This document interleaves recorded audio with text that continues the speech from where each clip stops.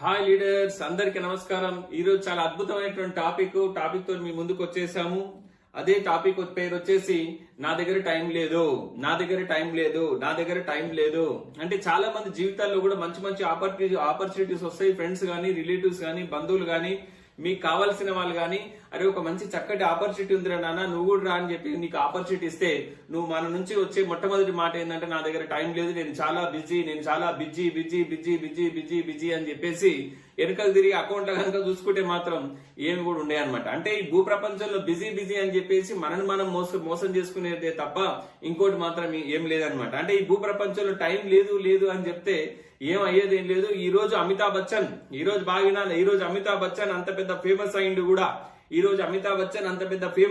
కూడా part time వచ్చి టీవీలలో అడ్వర్టైజ్మెంట్ ఇచ్చుకుంటుండు. ఈ రోజు మహేష్ బాబు గారు వాళ్ళ ఫాదర్ సూపర్ స్టార్ ఆయన కూడా వచ్చి ఈ రోజు ఏం చేస్తుండ్రు, టీవీలలో పార్ట్ టైం జాబ్ చేసుకుంటుండు. ఎస్ఆర్ నో సార్. ఈ రోజు జూనియర్ ఎన్టీఆర్ గారు ఆయన కూడా టీవీల్లో దీంట్లో అద్భుతంగా రాణిస్తూ ఉన్నాడు. అయినా వాళ్ళ తాతగారు సీఎం గారు ఉన్నా కూడా ఆయన వచ్చి పార్ట్ టైం వచ్చి ఏం చేస్తున్నాడు, టీవీలలో అడ్వర్టైజ్మెంట్ ఇచ్చుకుంటుండు. అంటే గొప్ప వాళ్ళే, పెద్ద వాళ్ళే టీవీలలో వచ్చి అడ్వర్టైజ్మెంట్ చేసుకుంటున్నారు పార్ట్ టైం గా. మన వాళ్ళు ఏదైనా సైడ్ మీద చేయరా నాయన, సైడ్ మీద చేయి అంటే మనోడు బిజీ, నా దగ్గర టైం లేదు అని చెప్పేసి మంచి ఆపర్చునిటీ మొత్తం మిస్ చేసుకుంటా ఉంటారు. నా జీవితంలో కూడా చాలా వరకు ఆపర్చునిటీస్ నా దగ్గరకు వచ్చినాయి. కాకపోతే నేను దాని సద్వినియోగం ఎందుకు చేసుకోలేదంటే నాకు నేను పెద్ద తోపుగానే అనుకుంటుంటే, నేను పెద్ద అది అనుకుంటుంటే నా దగ్గర టైం లేదు. కానీ వెనకాల తిరిగి చూస్తే అకౌంట్లు ఏమున్నాయంటే ఏమి లేవు.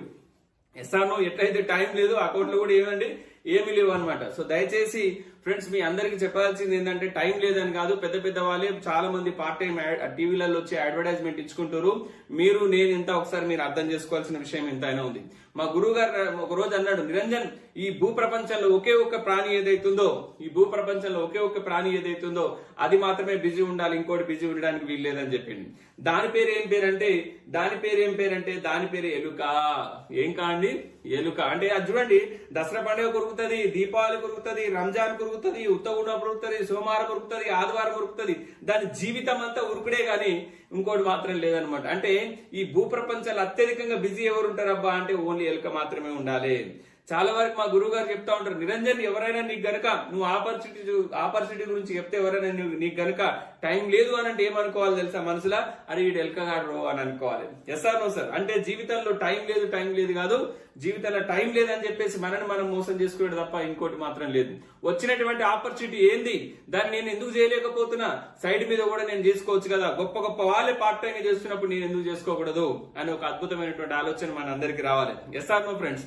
సో దయచేసి టైం లేదు అని చెప్పకుండా చేయాలనుకుంటే మాత్రం 100 పనులు చేసుకోవచ్చు. మన ఆయన అంటుండే అప్పుడప్పుడు 7 మంది పెళ్ళాలు చేసుకుంటోని కోటి విద్యాలయం చెయ్యాలని తపనుంటే బాడీలోకి వెళ్ళి ఉట్టుకొస్తుంది. టైం కాదు ఏం కాదు, చెయ్యాలని తపన ఉంటే మాత్రం 100% వస్తుంది. Yes or no friends.